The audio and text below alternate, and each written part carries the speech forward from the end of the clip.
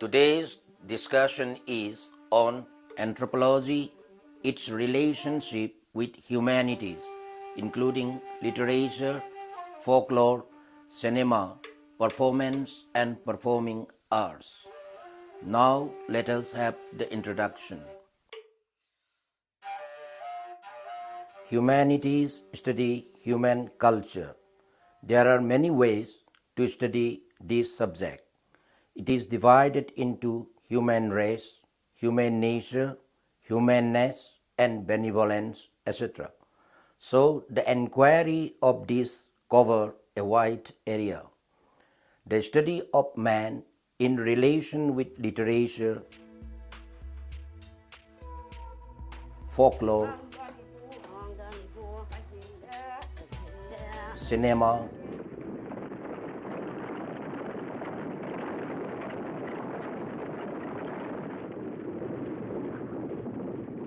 and performing arts is dealt under the humanities. So, anthropologists get valuable information from these social sciences in different ways. Now we have anthropology and literature.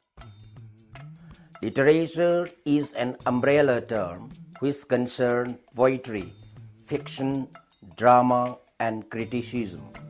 All these emanate from imagination and also appeal to the imagination.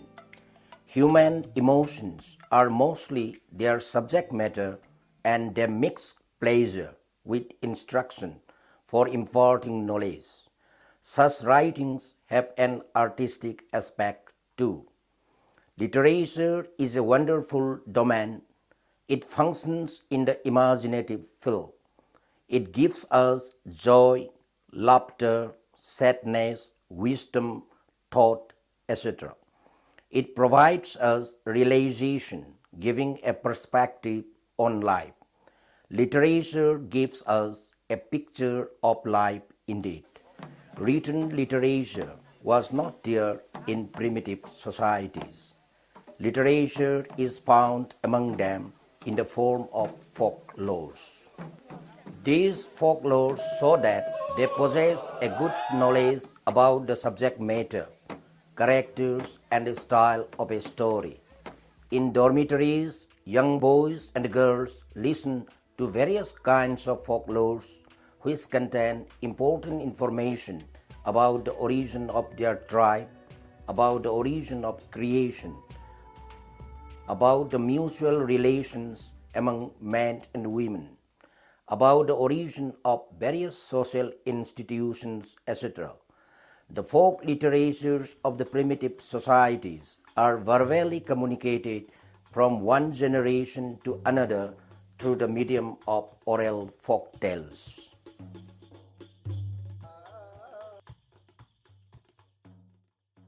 Next, we have anthropology and folklore. Folklore has an important place in every primitive culture. It is through the medium of folklore that the culture of a primitive society is transmitted from one generation to the other. The folklores contain the philosophy of the primitive people. How the world was evolved is a theme of many folklores of different tribes. In most of the folklores, a reference to the mutual relation of the people and their gods are expressed. Many folklores aim at socialization and point out how different offenses are punished by the supernatural powers in different ways. Descriptions about birds and beasts and also the trees besides human beings are given in these folklores. In various primitive folklores of India, it has been shown how man depended on plants and animals.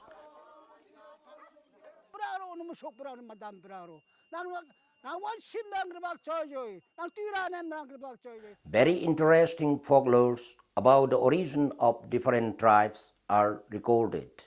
One of the interesting folklores of this kind was found in the Ho tribe. There are various versions of this myth in different tribes. The folklore relating to the origin of creation is prevalent in a different manner in Kamar tribe. God Mahadeva was once so annoyed by a mad jackal that he ordered the destruction of the world. An old woman overheard the curse, told her husband about it, and the two together went to a forest and hastily improvised a houseboat and loaded it with all necessities of life to last for 12 years. Then they placed their young son and daughter in the boat. Soon after, a deluge overtook the world, drawing the whole of mankind and also the earth. After 12 years, Mahadeva's anger subsided and he sent out his attendants to recreate the world. The young boy and the girl were discovered and Mahadeva adopted them as his children. Some earth was procured from the teeth of an earthworm and the earth was created again. The boy and the girl were left on this earth. Several children were born out of the union. Mahadeva divided these children into various spheres, and each sphere became the progenitor of a caste or tribe. It became clear from the folklore described above and prevalent in various Indian tribes that the folklores are more imaginative and entertaining than awe-inspiring. Their main function appears to entertain their listeners. A good number of similarities are found in most of the folklores of the world, and their subject matter is very much alike. Many hundred events are described in different ways in different folklores. Many folklores, like the story of Oedipus and Cinderella, found in Western tribes, are also found in primitive societies of India. In this way, folklores are important means to understand human culture.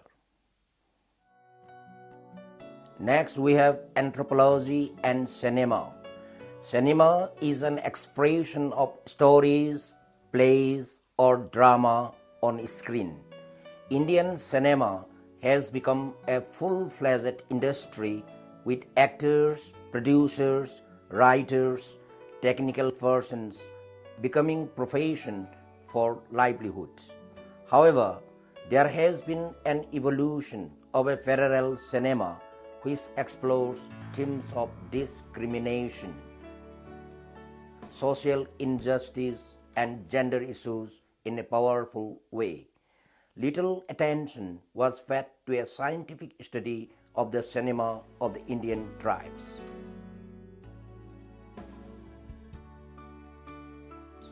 Cinema depicting tribal arts are on the decline everywhere in India because of confused judgments, often condemnation of tribal cultures, or an implicit disapproval conveyed through uplift movements have been induced into the minds of the Indian. Tribal folk distrust in, and in some cases, even distaste for their cultural traditions. The repository folk music and the folk dances of India could be for enrichment and inspiration for India's modern film artists.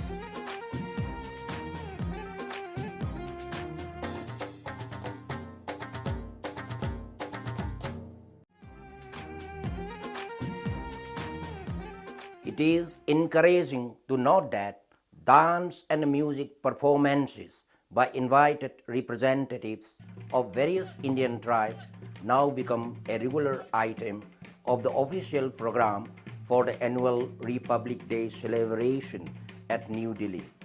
There are various aspects uplift standard of the everyday life of the Indian tribals. There are poverty, disease, and ignorance among the tribals of India. A lot has to be preserved and nourished for the good of the country as a whole, such as tribal art films. The concepts and methods of anthropology should be designed to secure an understanding of the tribal culture, the function of which is to secure human survival. But the problem is how exactly and in what form was anthropology to make its contributions. Next, we have anthropology and art. The search of beauty is an eternal craving of mankind. This urge does not always satisfy the material needs. Rather, it brings satisfaction to the mind and eye. The impulse arises out of an aesthetic sense. Every individual responds to it in some way or the other. Art is, therefore, a product of a deep-rooted human urge and has been integrated with the life of the people as an instinct since the early days of human existence. The nature and the style of art vary from culture to culture.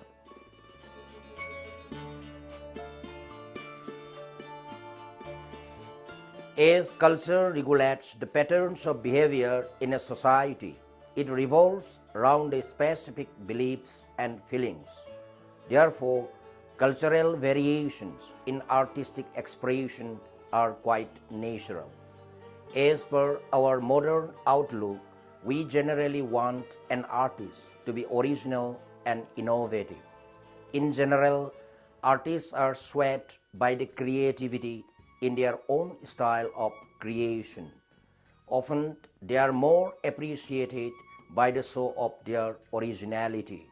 Commonly, two distinct lines of art are differentiated: pure art and applied art. Applied art aims at some utility rather than searching pure beauty and pleasure. On the other hand, pure art does not bother about utility. They express impulse and rhythm, which manifests the beauty and pleasure of life. Here, the sense of beauty comes from an abstract thought or images as conceived by the respective society. Culture exerts its influence by introducing the specific social values, metaphysical concepts, particular tradition, style, and techniques, depending upon the material apparatus available therein. Art is, therefore, nurtured in the society and ends in it. The values and ideals of society guide an artist. The social genesis of an art can never be ignored. Various different other factors like geographical condition, climatic setup, economic atmosphere, mood of the artist, medium of working, etc., may also influence the creativity of an artist.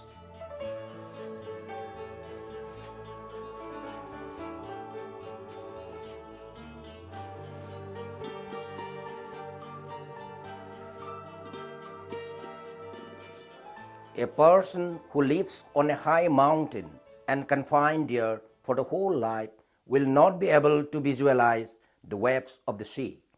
Similarly, a desert dweller is unable to present the view of a snowfall on a landslide in his pictures, because artists always externalizes their ideas and perceptions to the art in an objective way.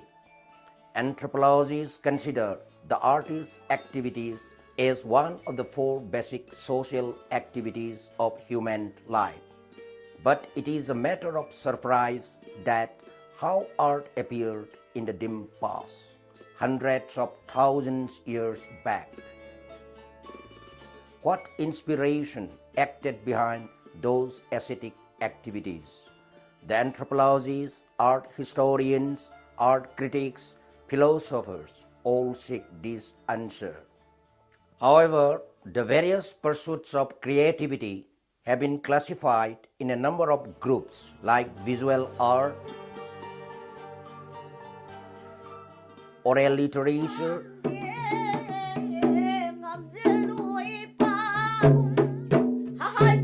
music, dance, etc. Among these, the visual art is the oldest as well as a tangible expression of thought. It includes drawing, painting, carving, engraving, sculpture, etc. Although much of the evidences have persistence, only a few have survived in the graves, on implements, and on the walls of the caves. Primitive art cannot be termed as crude art, as some primitive forms of artistic expression are highly complex. They show mature techniques and sophisticated ideologies ranging from naturalism and realism to conventionalized abstraction. For example, Bushman's art is naturalistic and at the same time full of vitality. Australians' art is abstract and symbolic. Eskimos' art is naturalistic as well as technically sophisticated. What primitive art lacks is the knowledge of perspective. Therefore, in no way they can be defined as an art for art's sake. Rather, here the creativity was flung in usefulness. Thus, ancient art was very close to the life of the primitives. An artist served the demand of the social life.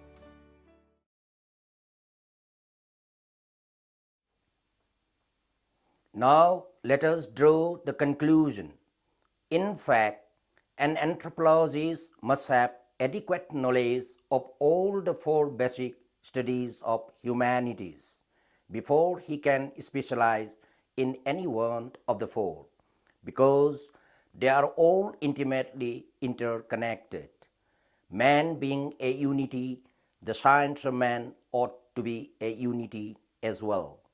Therefore, it is essential that in order to prevent specialization from leading to a check in the growth of knowledge, every anthropologist must strive to have sufficient elementary knowledge about all the four main sectional studies.